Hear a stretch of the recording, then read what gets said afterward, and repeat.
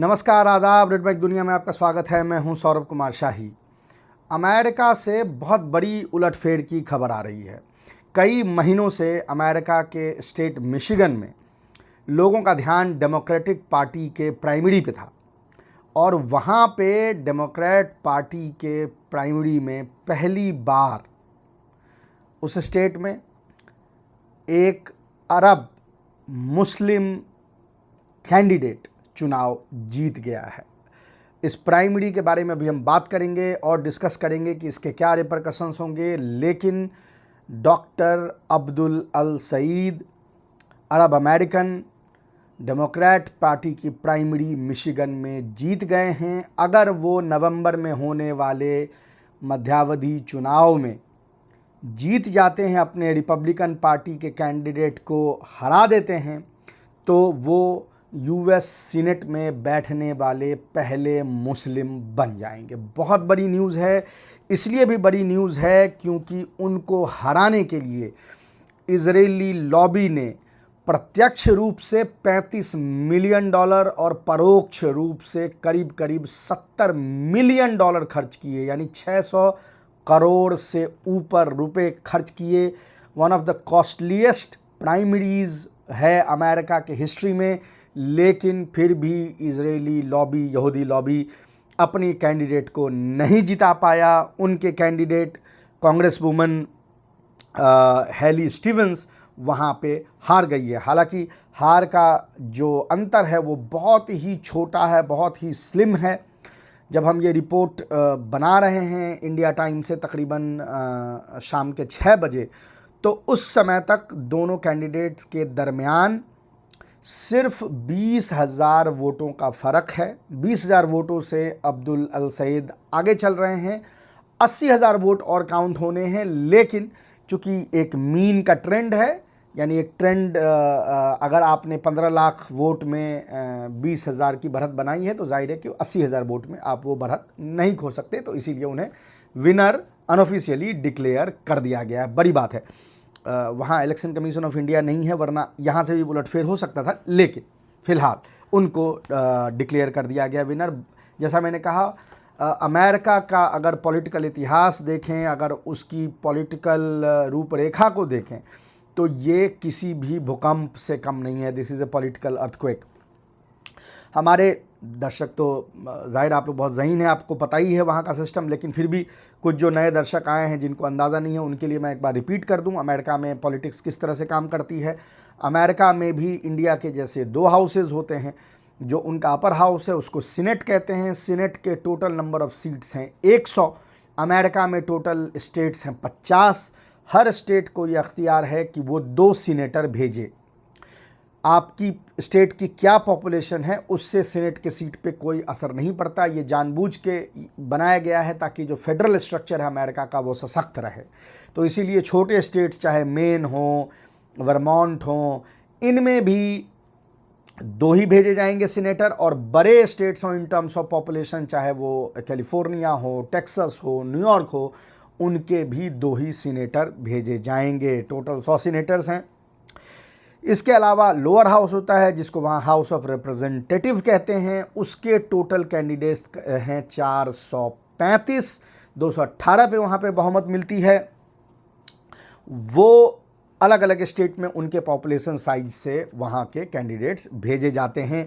तो ये contest house में बहुत सारे मुस्लिम जो हैं पहले भी जीत के आए हुए हैं, वहाँ ऑलरेडी सर्व कर रहे हैं। कई सारे अभी भी मुस्लिम कांग्रेसमैन, कांग्रेस वुमन। लेकिन सीनेट में ये पहला मौका होगा जब कोई अगर वो जीतते हैं तो क्या नवंबर में बड़ी बात है। तो अब क्या होगा, अब नवंबर में चुनाव होंगे। ये प्राइमरी था, यानी डेमोक्रेट पार्टी के अंदर का चुनाव था जिसमें ये डिसीजन लेना था कि कौन जीतेगा। जो जीतेगा वो नवंबर महीने में रिपब्लिकन पार्टी के नॉमिनेटेड कैंडिडेट के साथ उसका मुकाबला होगा। और उसके बाद अगर अब्दुल अल सईद जीत जाते हैं तो फिर वो अमेरिका के सीनेट में सर्व करने वाले पहले मुस्लिम और पहले अरब हो जाएंगे, यानी पहले अरब कैंडिडेट हो जाएंगे। जो ये कॉन्टेस्ट है ये बहुत, जैसा मैंने कहा, बहुत क्लोज कॉन्टेस्ट है। 15 लाख के फाइनल वोटिंग टैली 15 लाख से थोड़ा सा ऊपर है। 20 लाख के आसपास का मान के चलिए, करीब 16 से 20 के दरमियान, और उसमें जो विनिंग मार्जिन है वो 20,000 से कम रहने वाली है। तो जाहिर है कि ये क्लोज कॉन्टेस्ट था। किन के साथ कॉन्टेस्ट था? देखें, आपको पता ही है पिछले कई महीनों से डेमोक्रेट पार्टी में एक लहर सी उठ गई है और प्रो इज़राइल कैंडिडेट बड़ी तादाद में हार रहे हैं। हालांकि AIPAC जो यहूदी लॉबी है वो बिल्कुल पैनिक मोड में है और वो बेइंतहा पैसे खर्च कर रहा है कि किसी तरह उसके कैंडिडेट डेमोक्रेट पार्टी में जीतते रहें, लेकिन उसको बार बार हार का मुंह देखना पड़ रहा है। ममदानी के केस में उनकी बड़ी हार पहले जो है हुई थी। याद रखें कि उन स्टेट्स में जहाँ पे रिपब्लिकन पार्टी के जीतने के चांस कम हैं, जैसे न्यूयॉर्क, वहाँ पे उनकी कोशिश होती है कि प्राइमरी में ही आपको हरा दिया जाए। और खैर उनके कैंडिडेट कई जगह से जीतते भी हैं, लेकिन अब लगातार उनको बड़े लेवल पे हार का सामना करना पड़ रहा है। और इसमें इस ट्रेंड में सबसे बड़ा ट्रेंड जो था वो मिशिगन में था, क्योंकि ये सीनेट के रेस की बात हो रही थी। बड़ा रेस है, मैंने जैसे आपको बताया, सीनेटर 100 ही हैं।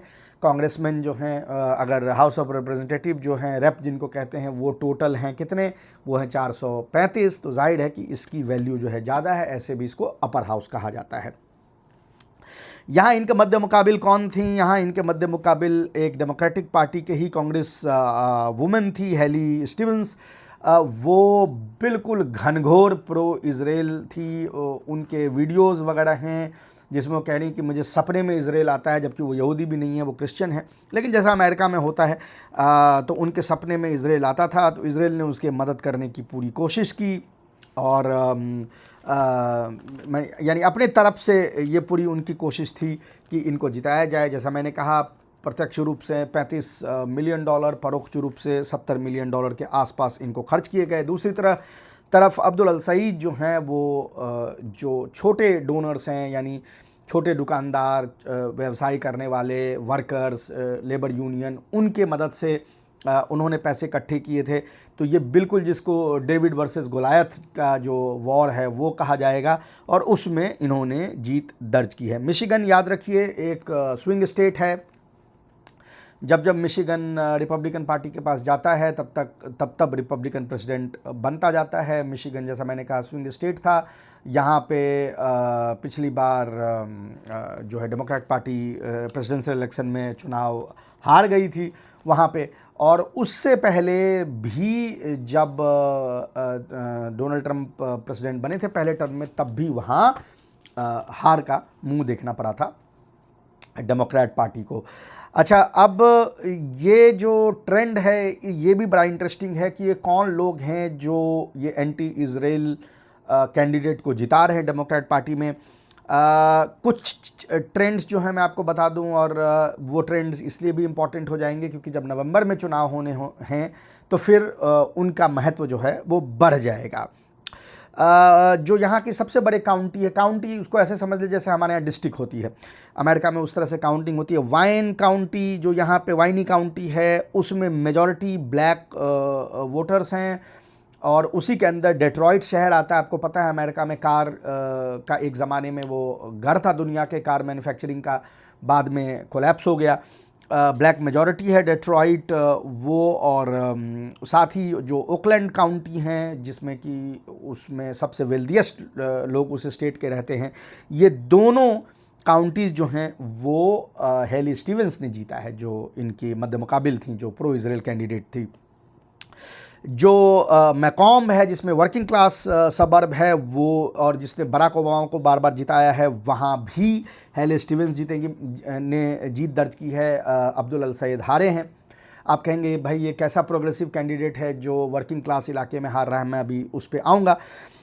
इसके अलावा वॉस्टनहाउ काउंटी है जो बेसिकली उसमें कॉलेज डिस्ट्रिक्ट है एन आर्बर का, वहाँ से उन्होंने जीत दर्ज की है और काफ़ी अच्छे तादाद में जीत दर्ज की है। इसके अलावा जो भी जेंट्रीफाइड इलाके हैं जहाँ पे यंग पॉपुलेशन आई है, जो लिबरल हैं, लेफ्टिस्ट हैं, वहाँ पर अब्दुल अल सईद ने जीत दर्ज की है। अब आते हैं डेट्रॉइट पे, जो सबसे बड़ा शहर है वहाँ का, वो ब्लैक मेजॉरिटी है, वो स्टीवंस के खाते में गया है। उसके पीछे रीज़न ये है कि देखें दो चीज़ है। अव्वल तो ये कि डेमोक्रेट पार्टी के स्ट्रक्चर में देखा गया है कि ब्लैक बड़े कॉशस वोटिंग करते हैं। उनको ये डर होता है कि वो ऐसे कैंडिडेट को प्राइमरी में ना जिता दें कि जो मेन इलेक्शन में रिपब्लिकन से हार जाए, तो वो बेसिकली एस्टेब्लिशमेंट के साथ वोट करते हैं, यानी डेमोक्रेटिक एस्टेब्लिशमेंट के जो सपोर्टेड कैंडिडेट होते हैं उनके साथ इनिशियली जाते हैं। बाद में वो टूटते हैं जब उनको ये लगने लगता है कि नहीं, इसमें जीतने की काबिलियत है, तब फिर ब्लैक वोटर टूटता है। हमने यही चीज़ न्यूयॉर्क में भी देखी थी।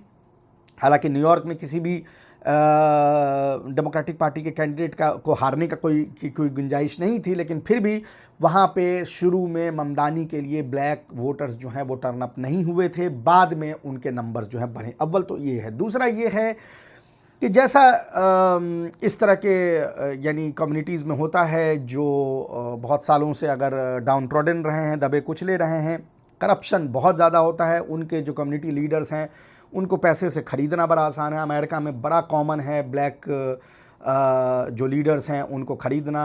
अनइमेजिनेबली भी करप्ट हैं। आप भारत के साथ भी उसके पैरेलल देख सकते हैं। यानी शॉर्ट टर्म गेन, फॉस्टियन बार्गेन करते हैं। अपनी कौम जो लगातार डाउन ट्रोडन रही है, दबी कुचली रही है, उसके मुस्तकबिल का ना सोच के अपने मुस्तकबिल का सोचते हैं।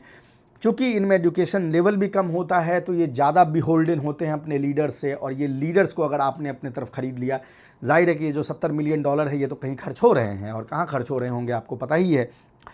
तो वो है। लेकिन ये उम्मीद जताई जा रही है कि जैसे ही अब नवंबर में चुनाव होंगे ये ब्लैक वोट उधर के तरफ शिफ्ट होगा। दूसरी तरफ जो फीमेल वोट्स हैं वो भी जाहिर है कि ये जो इनके मद्दे मुकाबिल थी हेली स्टीवेंस, वो चूँकि खुद फीमेल हैं तो जाहिर है कि फ़ीमेल वोट्स उन्होंने ज़्यादा अट्रैक्ट किया होगा। अब जब रिपब्लिकन पार्टी के अगेंस्ट में चुनाव नवंबर में होने हैं तो ये वोट भी धीरे धीरे अब्दुल अल सैद के तरफ शिफ्ट होंगे। तो ये बहुत इंपॉर्टेंट है। कुछ ब्रेकअप और भी डेटा के आए हैं जो बड़ा इंटरेस्टिंग है, जो बताता है कि कहाँ कहाँ ये प्रो पैलेस्टीनियन ये जो उभार एक आप डेमोक्रेटिक पार्टी में देख रहे हैं उसके पीछे क्या चल रहा है। जैसा मैंने कहा, डेट्रॉइट सबर्ब्स स्टीवेंस को मिला है, लेकिन जितने भी मिड साइज सिटीज़ हैं वहाँ पे सैयद ने जीत दर्ज की है।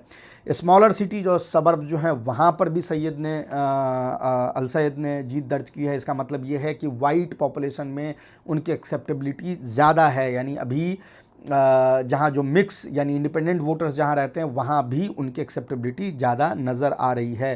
रूरल इलाके में स्टीवेंस को ज़्यादा बहुमत मिला है, लेकिन यंगर वोटर्स में 21% ज़्यादा वोट मिले हैं अल सईद को। लेकिन जहाँ तक बुढ़ों का सवाल है, ओल्ड वोटर्स का, तो वहाँ 2% से स्टीवेंस आगे रही हैं। तो यानी ये जो यंग वोटर्स हैं, लिबरल लेफ्टिस्ट वोटर्स हैं, ये हर जगह प्रोपेल कर रहे हैं। जो एंटी इजराइल कैंडिडेट्स हैं, जो प्रो पैलेस्टीनियन कैंडिडेट्स हैं डेमोक्रेटिक पार्टी के, उनको हर जगह पे ये डेमोग्राफी प्रोपेल कर रहा है और वही यहाँ पे देखने को मिला है। इसके अलावा जो और डिस्ट्रिक्ट्स में चुनाव हो रहे हैं वहाँ पर भी यही रिजल्ट आए हैं। एक progressive Democrat anti Israel William Lawrence जो हैं वो एक कांग्रेसनल डिस्ट्रिक्ट से मिशिगन में जीते हैं। मोदी जी के यार और आरएसएस से के क्लोज श्री थानेदार भारतीय मूल के, वो चुनाव हार गए हैं वहाँ पे अपनी डिस्ट्रिक्ट में। यानी अभी तक 70% वोट जब तक हुआ था तब तक वो पीछे चल रहे थे। 3% से हो सकता है जीत भी जाएं, लेकिन उम्मीद अब कम जताई जा रही है उनके बाउंस बैक करने की।